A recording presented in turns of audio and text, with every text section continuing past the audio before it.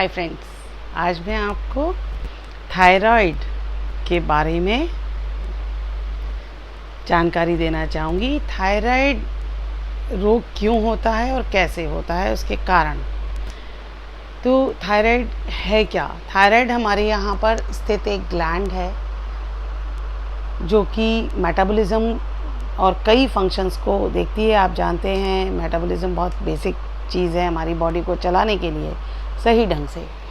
तो ये जो थायराइड ग्लैंड है, इसमें दो तरीके के डिसफंक्शंस होते हैं।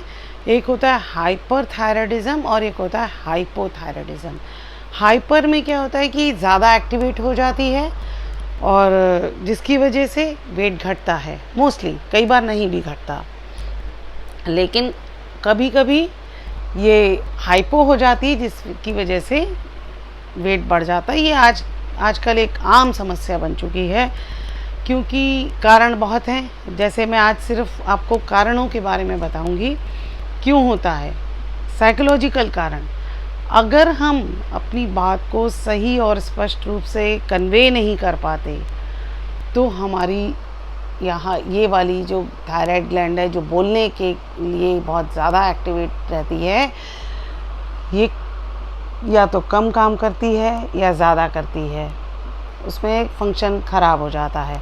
दूसरा कारण, हमारे खाने में, जैसा सब जानते हैं, आयोडीन की कमी, वो भी एक कारण है। जैसे कि तराई के क्षेत्र यानी डेल्टा रीजन जो हैं, वहाँ के लोगों में ये आम है। वैसे तो सब जगह है।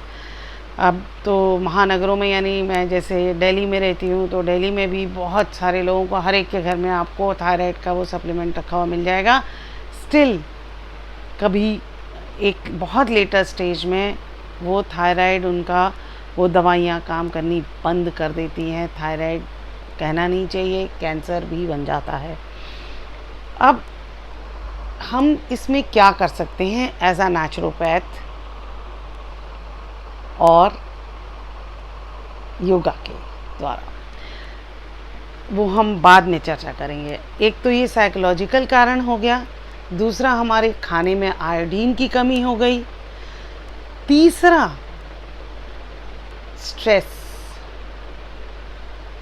और उसके अलावा खट्टी चीज़ों का ज़्यादा सेवन भी इसका एक बहुत बड़ा कारण बनता है। इसके लक्षण भी ऐसे ही होते हैं, जैसे जिसका ज़्यादा जल्दी गला ख़राब होने लगेगा। हालांकि आप जब थायराइड टेस्ट कराएंगे वो नॉर्मल आएगा, but over the period of time thyroid जो है बिगड़ता चला जाता है। तो थायराइड के ये कारण हमको समझ आ गए। सबसे पहला,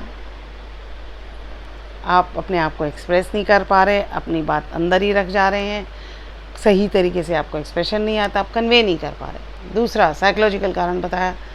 दूसरा मैंने बताया, आपके खाने में आयोडीन की कमी भी एक कारण है। आपके तीसरा जो और एक कारण है स्ट्रेस। स्ट्रेस भी बहुत सारे फंक्शंस को रोक देता है। और अब मैं जो अगला वीडियो बताऊंगी उसमें मैं इसको कैसे हम दूर कर सकते हैं, तीनों लेवल का थायराइड, जिसमें हमें एक कारण भी नहीं पता।